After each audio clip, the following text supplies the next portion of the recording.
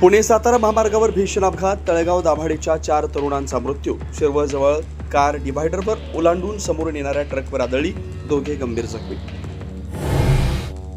हुंड्याच्या हव्यासानं हिरावला नववधूचा जीव, लग्नाला अवघे काही महिने आणि संसाराचा दुर्दैवी अंत. भंडारा मेडिकल कॉलेजच्या इमारतीला लोखंडी जॅकचा टेकू, धोकादायक इमारतीमध्ये दररोज शेकडो रुग्णांवर उपचार. 400 बेडची क्षमता असलेल्या 3 मजली इमारतीची दयनीय अवस्था.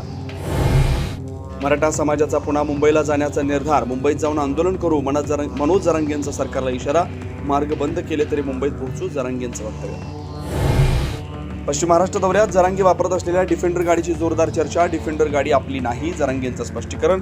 कार्यकर्त्याने प्रेमापोटी दौऱ्यासाठी गाडी दिल्याचा दावा. वसई विरार शहरात पावसाचा जोर वाढला, शहरातील अनेक सखल भागात पाणी साचलं, रस्ते जलमय झाल्यानं वाहतूक संतगतीने सुरू. नाशिकातील खड्डे आणि कुंभमेळ्याच्या अर्धवट कामांचा बस सेवेला फटका. सिटलिंग बस सेवेच्या 200 फेऱ्या रद्द, प्रवाशांची गैरसोय. आणि संसद परिसरात सत्ताधारी विरोधक आक्रमक, जंतर मंतर लाठीवरून इंडिया आघाडीचं आंदोलन, तर रांचीतील लाठीमार वरून एनडीए खासदार आक्रमक.